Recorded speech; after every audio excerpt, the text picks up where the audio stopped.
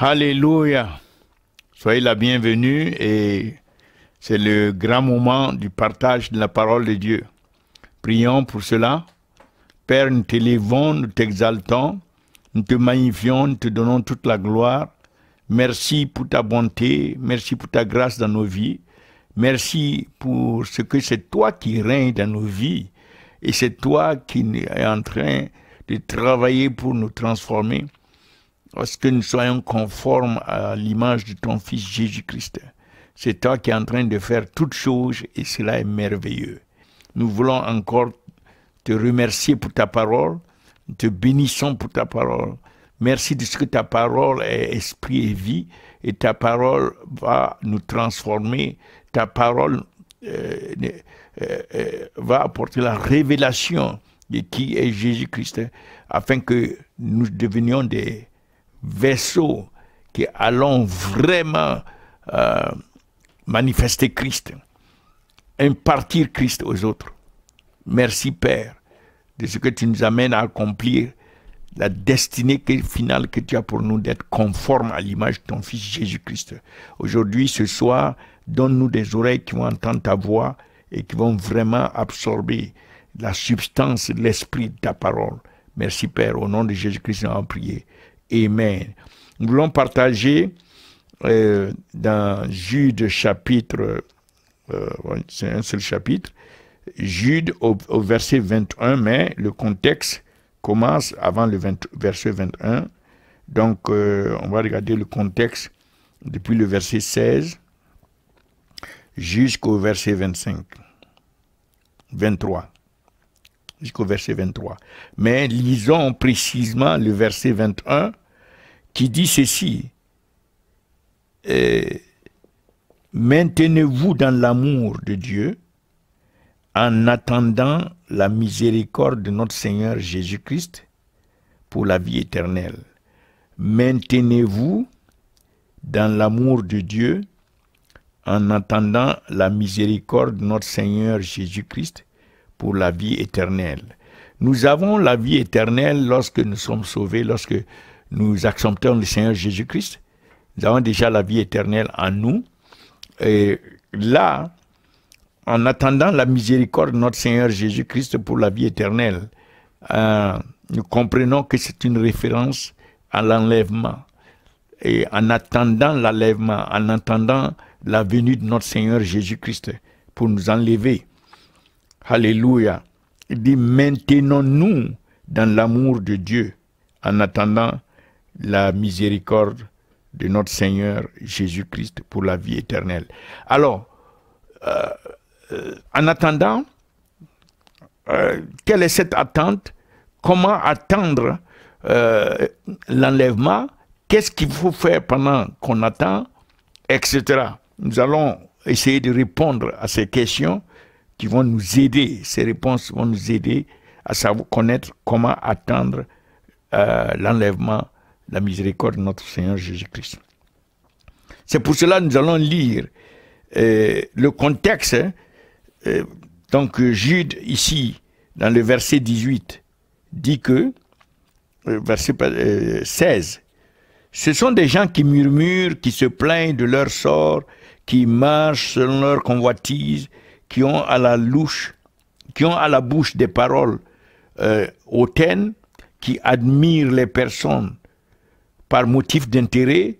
Bon, c'est un bout de ce que le Seigneur va venir, lorsqu'il va venir, il va juger.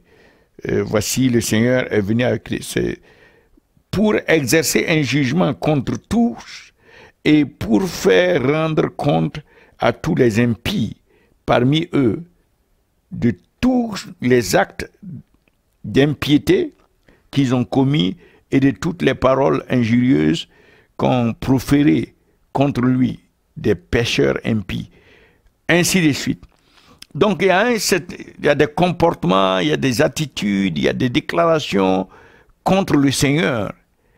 Et tout cela sera jugé un jour. Et alors Jude dit au verset 17, « Mais vous, bien-aimés, souvenez-vous des choses annoncées d'avance par les apôtres de notre Seigneur Jésus-Christ. Il vous disait qu'au dernier temps, il y aurait des moqueurs marchant selon leur convoitise impie.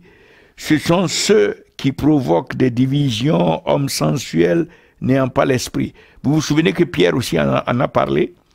Pierre, certainement, dans leur interaction, dans leur comment dirais-je, fraternité, ils sont des frères, ils étaient tous ensemble. Ils ont eu à parler, à échanger, et donc on retrouve à peu près les mêmes esprits, les mêmes paroles. Donc Pierre avait parlé de tout cela aussi. Alors Jude dit ici que, mais vous, bien-aimés, souvenez-vous des choses annoncées.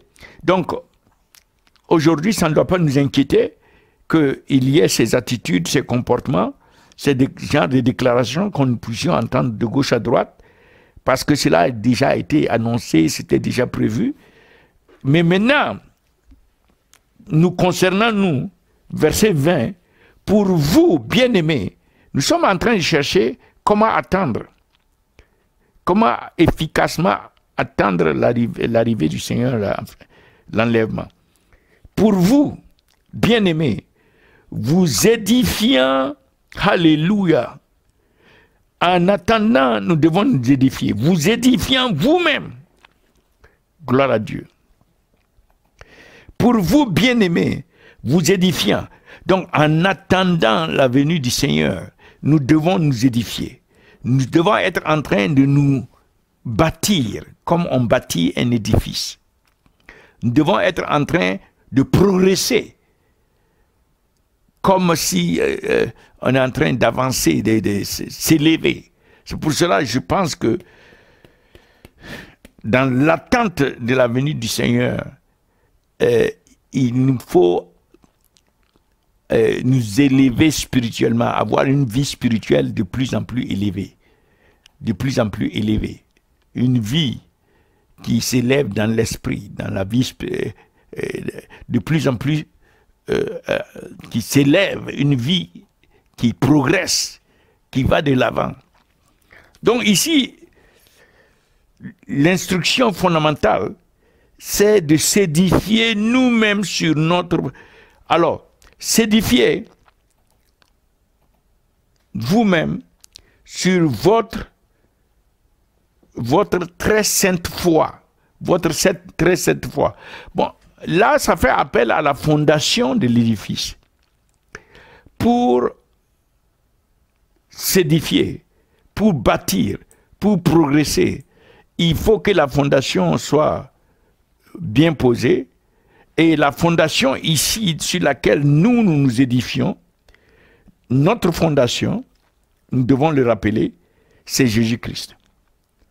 Notre fondation, c'est, vous vous souvenez, lorsque les disciples suivaient Jésus, à un moment donné, Jésus a posé la question, il a demandé qui les gens disent que je suis, donc les gens disent que vous êtes Jean-Baptiste, extra. Et Jésus a demandé qui vous dites-vous que je suis. Alors Pierre a répondu, vous êtes le Fils du Dieu, le Fils du Dieu vivant, le Christ, le Fils du Dieu vivant. Et Jésus a dit, ce n'est ni la chair, ce ne sont ni la chair ni le sang qui vous ont révélé cela, mais mon Père qui est dans les cieux. Et alors Jésus avance dans Matthieu 16, verset 18. Il dit, Pierre, toi tu es Pierre, toi tu es Pétros, c'est-à-dire tu es une petite pierre. Pétros, une pierre, une petite pierre. Mais sur cette pétra, sur ce rocher, cette pétra c'est un grand rocher solide. Alors, sur ce rocher de la révélation que tu as eue, la révélation de qui moi je suis, je bâtirai mon église. Donc c'est cela qui est la fondation. Jésus dit, sur ce rocher, je bâtirai mon église. Donc La fondation de l'Église, c'est la révélation de Jésus-Christ. Et c'est ce que Paul a dit par la suite, dans 1 Corinthiens 3, verset 11. Paul a dit que nul ne peut poser encore une autre fondation que celle qui a été déjà posée par lui-même. 1 Corinthiens 3, verset 11, nous dit ceci. L'apôtre Paul précise que ce n'est pas possible au verset 11. Alors, ici, il dit, car personne ne peut poser un autre fondement que celui qui a été posé, savoir Jésus-Christ. Alléluia. Personne ne peut poser un autre fondement que celui qui a été posé, savoir Jésus-Christ. Donc, Jésus-Christ, la révélation de Jésus-Christ, la connaissance de Christ est le fondement sur lequel nous devons nous édifier. Et cette révélation, ce fondement, c'est la foi que nous avons donc en Jésus-Christ qui doit grandir. Si nous devons nous édifier sur ce fondement de la connaissance de Christ, ça veut dire que nous devons grandir dans notre foi en Christ. La foi de qui est Jésus-Christ. Or, la foi vient de ce que nous entendons de la parole de Dieu. Ça veut dire que nous devons, pour grandir, pour nous édifier sur le fondement qu'est Jésus-Christ, nous devons entendre la parole de Dieu concernant Jésus-Christ régulièrement, continuellement. Et nous devons méditer cette parole et nous devons croire en cette parole. Nous devons permettre que cette parole soit infusée dans notre esprit et dans tout notre être. Nous devons penser à la parole concernant Christ et vraiment pour que nous puissions avoir une foi solide, bien fondée sur, puisque c'est ça la fondation. Donc ça c'est le premier point. En attendant la venue du Christ, en attendant l'enlèvement, nous devons être en train de nous développer dans notre foi concernant Jésus-Christ. Nous ne devons pas perdre ce temps-là. C'est un temps très important dans lequel nous devons nous développer davantage dans la foi sur la personne de Jésus-Christ, connaître davantage Jésus-Christ dans la parole. Alléluia, ça c'est le premier point. Le deuxième point, et nous sommes dans Jude. Le deuxième point donc, en attendant la venue du Seigneur, c'est de prier. Il dit, priant, il a dit, en priant et priant par le Saint-Esprit. Priant par le Saint-Esprit. Donc nous développons dans la foi de la parole concernant Jésus-Christ. Deuxièmement, nous prions par l'influence du Saint-Esprit. Nous prions avec la direction du Saint-Esprit. Nous prions avec l'inspiration du Saint-Esprit. Nous prions vraiment en dépendant du Saint-Esprit. Nous nous soumettons au Saint-Esprit pour prier. Et cela nous amène dans deux aspects. Cela peut nous amener à prier en langue de l'esprit, c'est-à-dire en langue inconnue, cette prière en langue, selon 1 Corinthiens 14, verset 4, la Bible dit que celui qui prie en langue inconnue s'édifie lui-même. Celui qui prophétise édifie tout le monde, édifie l'Église. Donc 1 Corinthiens 14, verset 4, nous nous édifions nous-mêmes. 1 Corinthiens 14, verset 4, nous nous édifions nous-mêmes en priant en langue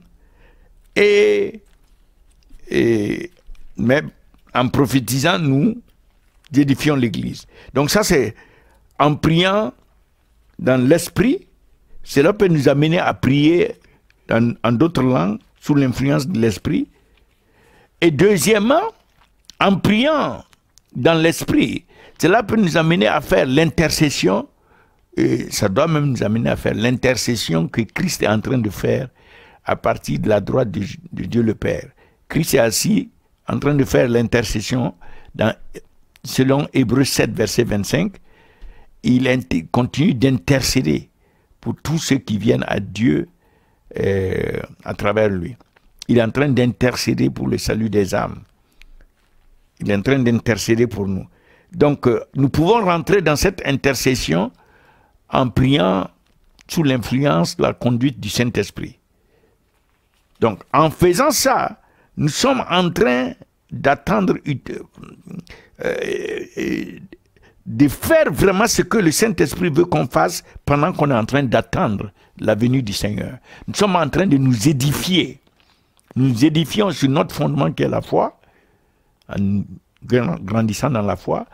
Nous nous édifions en priant par l'Esprit.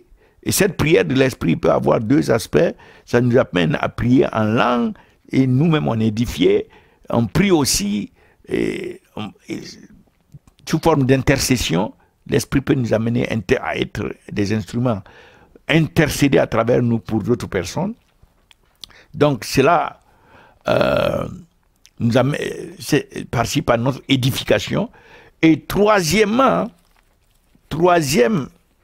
pendant qu'on attend la venue du Seigneur, le verset 21, il dit, maintenez-vous dans l'amour de Dieu. Maintenez-vous dans l'amour de Dieu. Donc, en nous édifiant dans la foi, en Jésus-Christ, en priant, aussi bien pour nous édifier nous-mêmes que pour intercéder pour les autres, et aussi en exprimant l'amour de Christ, la compassion de Christ. Nous devons nous développer dans cet amour, le premier amour. Vous vous souvenez, dans le livre d'Apocalypse, chapitre 2, verset 4, la seule chose qu'il reprochait à l'église d'Éphèse, c'était qu'elle avait abandonné son premier amour. Donc l'amour, c'est vraiment la clé, c'est le fruit du Saint-Esprit, c'est la chose la plus importante. 1 Corinthiens 13 dit qu'il y a 3 formes d'émotions que nous pouvons avoir, de toutes les manières que nous pouvons avoir, les émotions les plus élevées, c'est l'espérance, la foi, l'espérance et l'amour. Et la Bible dit, de ces 3-là, c'est l'amour qui est le plus élevé. L'amour qui est plus élevé que les 2 autres. Sans amour, on n'a pas la foi. Sans amour, on n'a pas d'espérance. Donc l'amour, c'est ce qui permet à tout le reste même d'opérer. Donc, nous devons nous maintenir dans l'amour.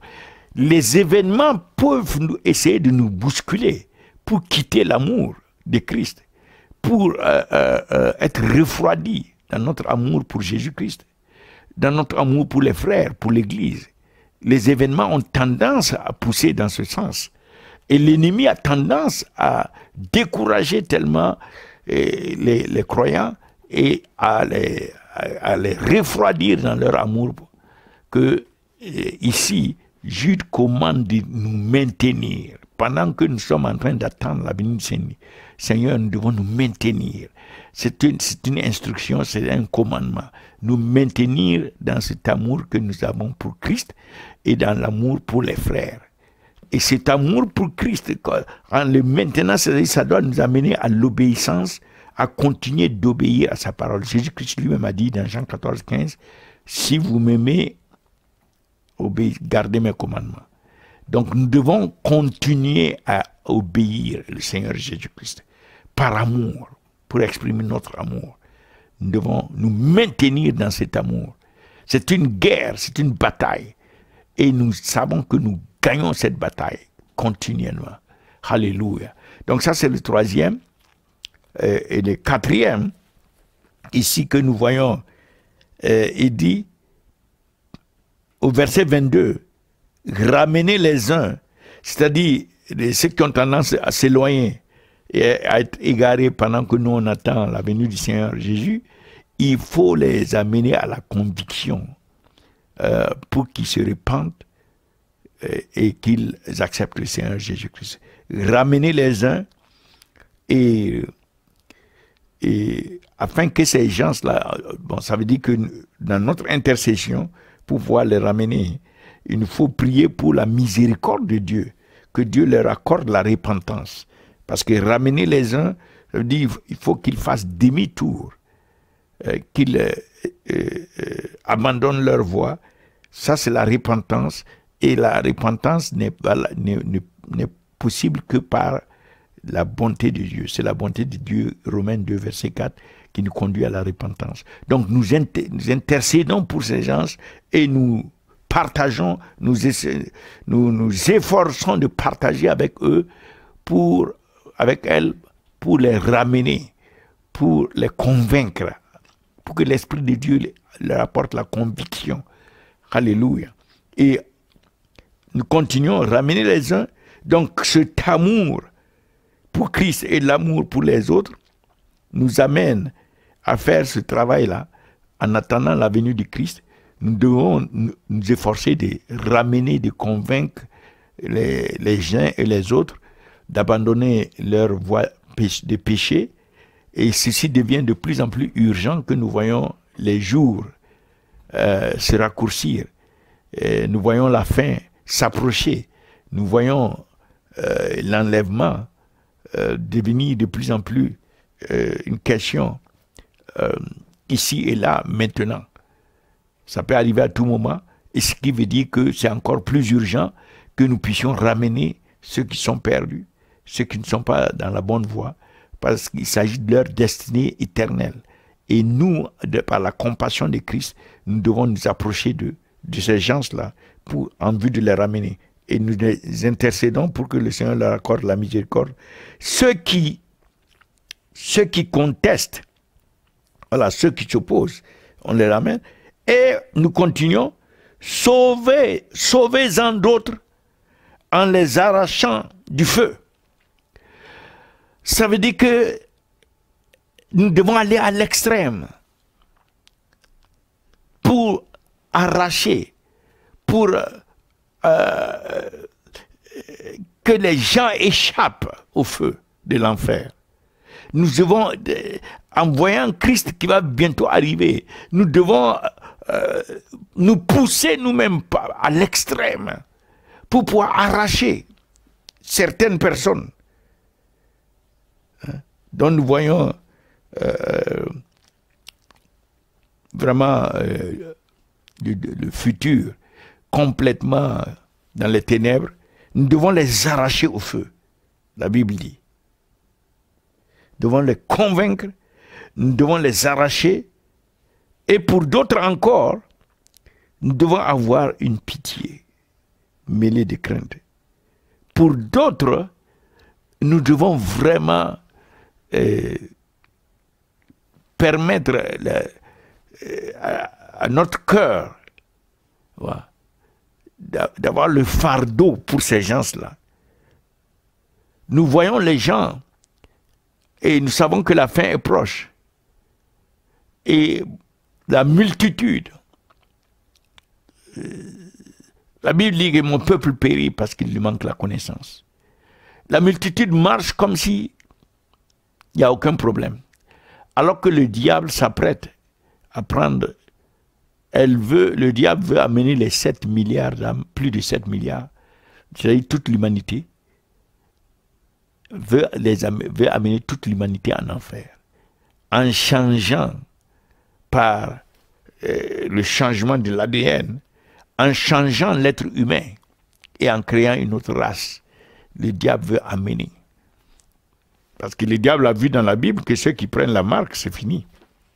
Donc, son espoir maintenant d'avoir toute l'humanité en enfer avec lui, c'est de tout faire pour que la marque soit introduite dans le corps du peuple de Dieu et de toute la masse humaine, la race humaine. Ainsi, il aurait obtenu une autre race, puisqu'il y a transformation. Ce n'est plus la race telle que Dieu l'a créée, à son image, mais une race créée à l'image de Lucifer lui-même. Alors, la Bible dit que nous devons permettre que nos cœurs, il dit, en arrachant du feu, et pour d'autres encore, et pitié, une pitié menée de crainte. Alléluia. Cette crainte-là, c'est la crainte d'être souillé, haïssant jusqu'à la tunique souillée par la chair. C'est-à-dire d'être souillé par ce qui déjà affecte ces personnes. Nous devons craindre, c'est-à-dire garder notre sanctification pendant que nous nous mêlons à ces gens-là pour pouvoir affecter, les influencer et les racheter, les ramener. Alléluia. Donc voilà 4 points qui, je crois, en attendant la venue du Seigneur, ces points-là doivent nous occuper, nous préoccuper. Le premier, donc nous avons parlé, nous devons, pour notre foi, le premier, il dit, la base, c'est notre foi. La foi en Jésus-Christ doit grandir. Alléluia. Nous avons parlé de ça. Le deuxième, c'est la prière. Prier, non seulement pour notre édification, mais prier aussi en termes d'intercession pour les autres. La prière. Troisièmement, c'était la prière pour l'esprit. Troisièmement, nous maintenir dans l'amour par rapport à tout ce qui s'oppose à ce que nous marchons dans l'amour.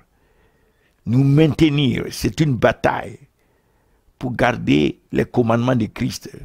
Parce que aimer le Seigneur, c'est garder ses commandements, c'est rechercher sa face, chercher à lui faire plaisir, marcher de manière obéissante dans sa présence, en accomplissant ses instructions, sa parole. Donc, et aimer ceux que le Seigneur aime. Le Seigneur aime toutes les âmes. Donc nous devons aimer toutes ces âmes, et cela s'exprime, quatrièmement donc, par le fait que nous faisons tout pour ces âmes-là. Non seulement nous cherchons à les convaincre pour les ramener sur le droit chemin, nous cherchons à sauver même par tous les moyens pour que les gens soient arrachés du feu. Alléluia. Et aussi, nous permettons que nos cœurs soient saisis d'une pitié. Nous devons avoir pitié de ceux qui sont dans les ténèbres et qui sont en train de périr. Nous devons avoir la pitié de Christ, c'est-à-dire la compassion de Christ pour ces âmes-là, et agir en conséquence. Gloire à Dieu, tout en préservant notre sanctification. Donc voilà les 4, en attendant la venue du Christ, l'enlèvement, 4 choses qui vont nous permettre d'être édifiés, de grandir dans la vie spirituelle. C'est-à-dire une vie spirituelle qui avance, qui progresse. Pendant que nous attendons, notre vie spirituelle ne doit pas stagner, mais elle doit progresser, elle doit avancer. Et nous devons être encore davantage édifiés, devenir de plus en plus comme le Seigneur. Et ce sont les 4 dimensions ici, les instructions tirées de ce passage, qui peuvent nous aider à aller vers une vie spirituelle plus élevée, dans cette attente du Seigneur. Père, nous prions que vraiment par ton esprit, nous puissions rentrer dans cette dimension où nous sommes édifiés davantage chaque jour, pendant que nous attendons la venue du Seigneur Jésus-Christ, que nous puissions grandir dans notre foi, à progresser, et que nous puissions aussi nous développer dans la vie de prière par l'esprit, que ce soit la prière en langue qui nous édifie nous-mêmes, ou que ce soit la prière d'intercession pour les autres, et que aussi nous puissions continuer de marcher dans l'obéissance qui exprime l'amour que nous avons pour Christ, et aussi marcher de manière dans la compassion pour les autres. Seigneur, que nous puissions garder ces dimensions qui vont nous aider à la fois pour nous édifier nous-mêmes, et aussi être dans l'attente qu'il faut, l'attente spirituelle qu'il faut pour le retour du Seigneur Jésus-Christ, l'enlèvement. Alléluia. Que nous soyons réellement dans une attente fructueuse, dans une attente qui nous amène à grandir, à nous développer pour devenir comme Christ, à nous édifier, à nous élever spirituellement. Pas une attente trouble, pas une attente confuse, une attente dans la peur. Non, comme si c'est pour échapper à quelque chose. Non, nous savons que avec Christ, c'est lui qui a la maîtrise de toutes choses. Il a la domination sur toutes choses. Il contrôle toutes choses. Et nous, dans notre attente, nous sommes dans la paix. Alléluia, la paix qui surpasse tous les événements, qui surpasse même la compréhension humaine. Nous sommes dans l'assurance avec le Seigneur Jésus-Christ. Alléluia. À lui toute la gloire et tout l'honneur. Au nom de Jésus-Christ, on va prier. Amen. Amen. Donc nous allons prier pour ceux qui veulent donner leur vie au Seigneur Jésus-Christ. Dites seulement, Seigneur Jésus, aujourd'hui, je me repens de tous mes péchés. Je te demande de me pardonner et de me laver par ton sang. Je crois dans mon cœur que Dieu t'a ressuscité de la mort et tu vas revenir bientôt pour me chercher afin que là où tu es, j'y sois aussi. Donc aujourd'hui, je t'ouvre mon cœur et je te demande de venir dans mon cœur. Je te reçois comme mon Seigneur et mon Sauveur personnel. Merci de faire de moi un enfant de Dieu. Merci de me faire naître de nouveau. Merci de faire de moi un membre de la famille de Dieu. Et à partir d'aujourd'hui, Seigneur, aide-moi à continuer de t'aimer, à grandir, à être édifié pour devenir de plus en plus comme toi, jusqu'au jour où tu vas venir et que je parte avec toi. Merci Seigneur Jésus. Au nom de Jésus, nous avons prié. Amen. Alléluia. Gloire à Dieu.